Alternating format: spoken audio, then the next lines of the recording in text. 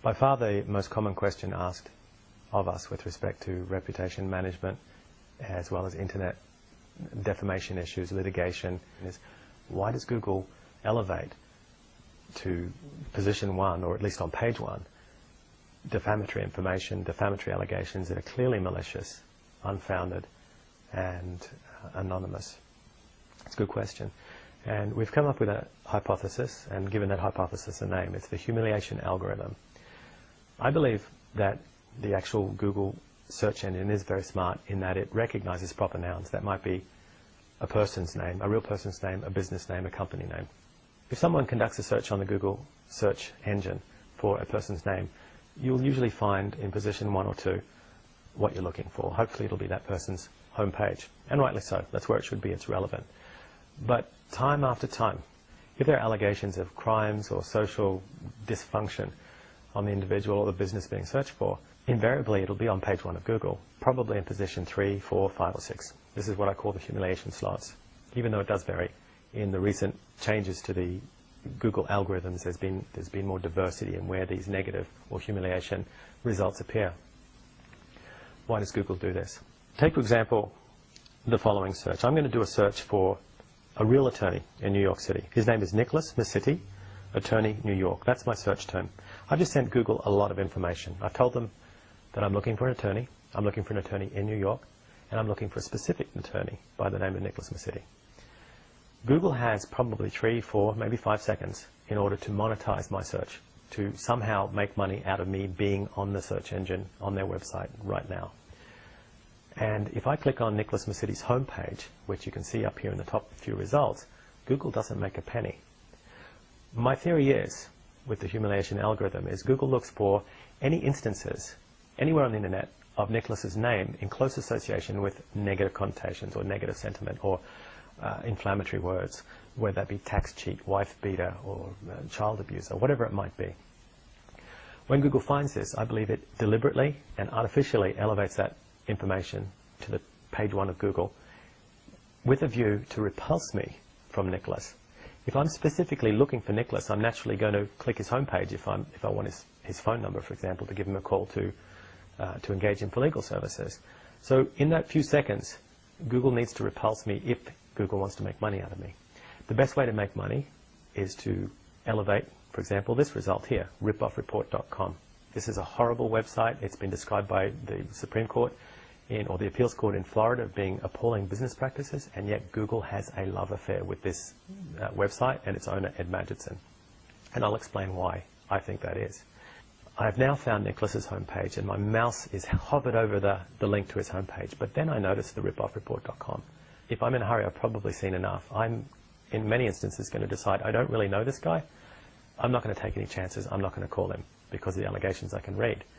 But I need an attorney in New York. Where am I going to go? Have a look on the right-hand side of the search results. There's no shortage of suggestions from Google.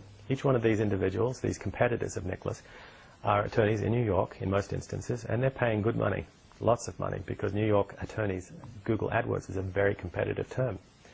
If I click on any one of these, it's probably going to cost that individual $10, and that money's gone into the pockets of Google at the expense of Nicholas Massetti. But it doesn't end there. If I have an insatiable appetite for gossip, or I genuinely want to know what these allegations are, I'll click on the Ripoff Report result. I can read through the allegations, and I'm going to see that this was written by somebody with a high school level education. It's clearly malicious and inflammatory. It's done anonymously, so if I'm a critical thinker, I'm probably going to dismiss the allegations, but there's going to be a lot of cases that people will believe it, or even if they don't believe it, they just don't want to get involved with this individual. On the ripoffreport.com page, there is actually more Google AdWords. So I may choose one of the attorneys from within the Ripoff Report page. And once again, you'll notice the ad choices. This is actually part of Google AdWords again.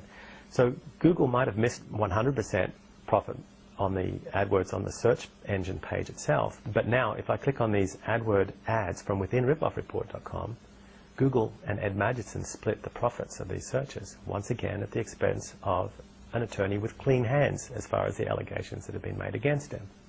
If this were to happen in any other mass media, newspaper, radio, television, those agencies, those media outlets would be liable for defamation because the allegations got past their editorial process. Now, the United States Congress, in its wisdom in 1996, under a law called Section 230C of the Communications Decency Act, has given sweeping immunity to Internet service providers for information provided by other authors. I don't believe it was meant to be sweeping immunity because it comes under the heading of Good Samaritan immunity.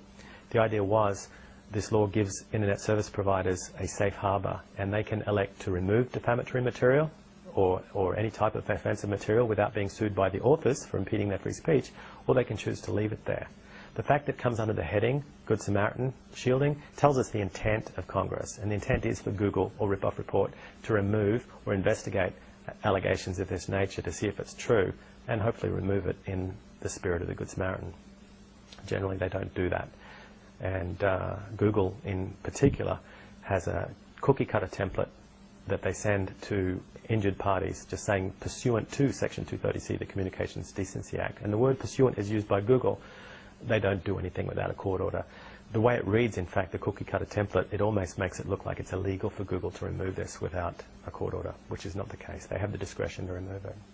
Now, it stands to reason that a vast majority of the searches conducted on Google have nothing to do with a commercial transaction, looking for attorneys or products. It could be any type of research, or just looking up a potential mate in courtship, or a teacher to find the email address to ask questions about homework. Whatever the case may be, this humiliation algorithm shows no partiality. And if there is negative content, true, false, or otherwise, about individuals or businesses or trademarks or brands, invariably it'll find its way to page 1 of Google, and it will do damage. In my view, this has a lot of secondary negative results in that it allows vandals to destroy a business that might have 50 years of community goodwill and great service with one fell swoop with something like the ripoffreport.com, then derive new market share for whatever industry or whatever service they're offering. Take, for example, Acme Plumbing in Chattanooga, Tennessee. They might have 50 years of community goodwill, great service, excellent service, and they're unassailable by any potential competitor because of the position they have in the community. One newcomer to Chattanooga in plumbing could destroy that business's reputation as far as internet-related traffic, which is a lot of traffic. A lot of people do their due diligence through Google, unfortunately. With one fell swoop and a carefully crafted complaint on ripoffreport.com, they can destroy the internet business for Acme Plumbing. And this could be a plumbing business that has no ethics, and it could be just a scam. But by destroying the established business, they'll derive new income and new revenue and new customers from the Google AdWords that they might subscribe to. And then the community as a whole suffers because the quality of service goes down, and it doesn't take Einstein to work out the secondary and tertiary impact that Google's now having through implementing these types of hypothetical algorithms. Write to Congress. Write to your members of Congress about Section 230C of the Communications Decency Act. Visit the website badforpeople, B-A-D-F-O-R, people.org. This is a website I've established to help bring public awareness to this problem. If you're currently burdened by these 24/7 relentless internet smear campaigns, I feel for you. I can tell you that your friends, your family, your neighbors, anybody that hasn't personally experienced this problem, or if they don't know somebody or love somebody close to them that has gone through this, gone through the full cycle of this problem, they will not understand. They will tell you that sticks and stones will break your bones, names can never hurt you. That might have applied in an analog society, but this is a digital generation now, and in most developing nations and developed nations, your reputation stands or falls based on Google, unfortunately. That's a lot of power held by one organization. So in closing, I feel for you. Hang in there. There are answers. There is help out there for you, but it's not going to be easy. You may also want to check out my website, trustmovement.org. One word, trustmovement.org. That'll give you some non-technical encouragement.